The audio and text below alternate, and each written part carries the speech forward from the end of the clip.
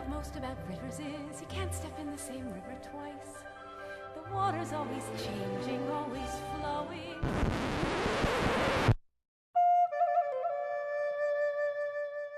In June of 1995, more than 100,000 people gathered together to see the premiere of Disney's Pocahontas movie in Central Park, New York. Pocahontas could come across as a fairy tale figure just like Cinderella. However, most do not know that her real story is very different from the Hollywood fantasy. Pocahontas is known for her kind and caring qualities, but she is much more than a kind person. She is an example of a great explorer and leader in her time of history from 1596 to 1617. Encountering many challenges, exploring a wide range of land and languages, and exchanging her religion and items with the colonists, Pocahontas risked her life to protect John Smith and others from harm. Pocahontas was born around 1596.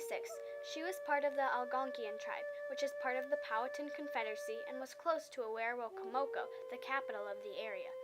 She was born in Awerowocomoco near present-day Glow District County in Virginia. Her father went by the name of Chief Powhatan. Her tribe name was the Powhatan tribe. The Powhatan Confederacy was an organization of many different tribes, two of which were the Algonquian tribe and the Potomac tribe. Pocahontas' father was the all-powerful leader of this confederacy. When Powhatan first inherited rule over the confederacy, it consisted of about 7 tribes. After conquering and expanding, the Powhatan Confederacy ruled over 30 tribes. There is no history on how Pocahontas first met the colonists and John Smith, but Pocahontas often went to the Jamestown colony that had settled in the Powhatan territory.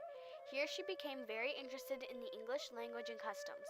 Also in Jamestown, she met an English colonist by the name of John Smith. She would teach him some of her language, and he would teach her some of his language and customs. At this point, the Jamestown colony was suffering, and Pocahontas convinced her tribe to help them out. According to Daniel Linwood Kusalau and Angela Daniel, Smith later said Pocahontas saved their colony from death, famine, and other confusion.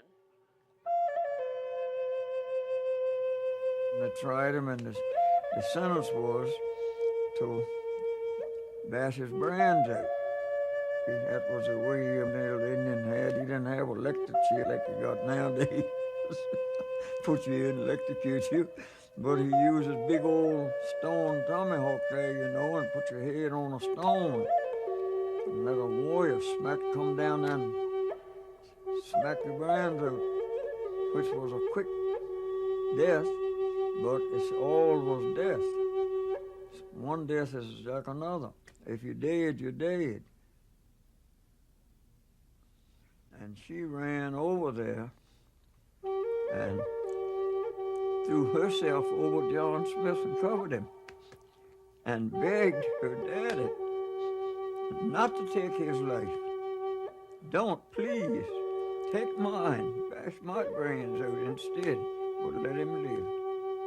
And our Holy Bible, the Scripture, tells us in that Christ said, what greater love can a person have than when they'll give their life, willing to sacrifice their life for their neighbor? This shows how brave Pocahontas was from a very young age. This was a risky action for a young Native American girl to save a white man. In 1608, Powhatan had an agreement with the colonists that Powhatan's tribes would trade food for weapons with the colonists. John Smith had agreed to it, but after a second time, John Smith refused to trade. Because of this, the Powhatan tribe decided to attack the colony and take their weapons. After this, John Smith took a few natives and held them captive.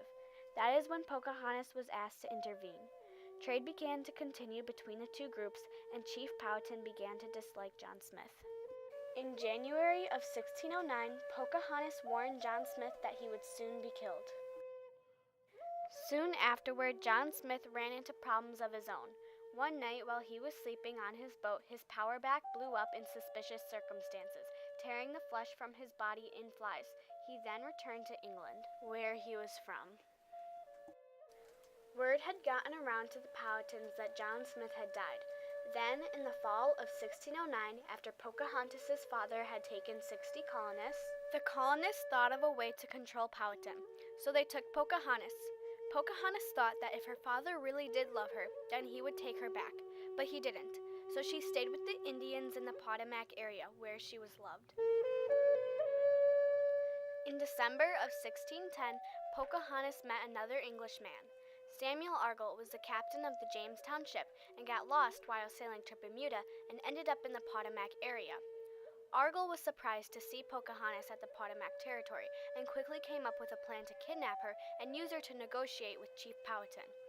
Argall wanted the 60 stolen colonists back, the stolen weapons, and 500 bushels of corn. After kidnapping Pocahontas, Argall took her back to Jamestown, where she would be used to negotiate with Chief Powhatan. Pocahontas had been put in the care of Alexander Winokur, a young minister. She lived on Winokur's farm. There she was forced to adopt the English language and customs. Though she had been interested in the English language and customs, she was now being forced to give up her culture and act like a real English woman. She had been forced to change the way she dressed and eventually got baptized and exchanged her religion for Christianity. Her name had been changed to Rebecca. Later, a man by the name of John Rolfe had fallen in love with her. It was 1614 when this happened, and Pocahontas had just turned 18 years old. John Rolfe was not sure if he was able to marry Pocahontas, seeing that she had been a Native American. Even though she was now Christian, he still wasn't sure. He had wrote a letter to the governor of Jamestown, Sir Thomas Dale. Thomas Dale had said it would be okay, thinking it would bring peace between the Powhatans and the English.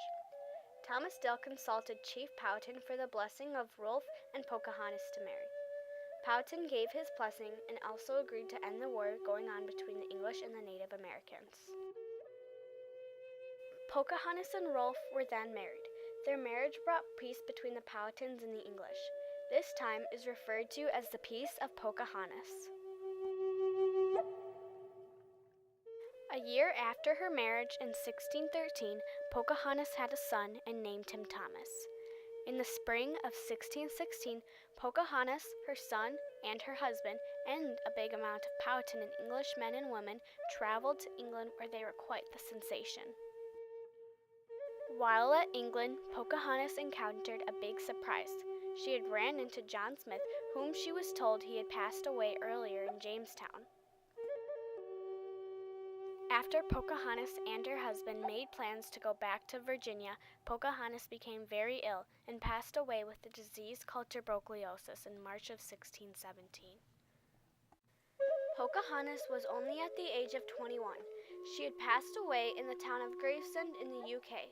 Her husband went back to Virginia to inform her father, Chief Powhatan, of her death. Although Pocahontas is represented as a Disney princess, in reality she has shown great leadership and kindness that most people don't realize. She had brought peace with the natives and the English. Along the way, she encountered many challenges, explored a wide range of land and languages, and exchanged her religion for Christianity and items with the colonists. People know Pocahontas today for her kind personality, but most people don't know that she is much more than that.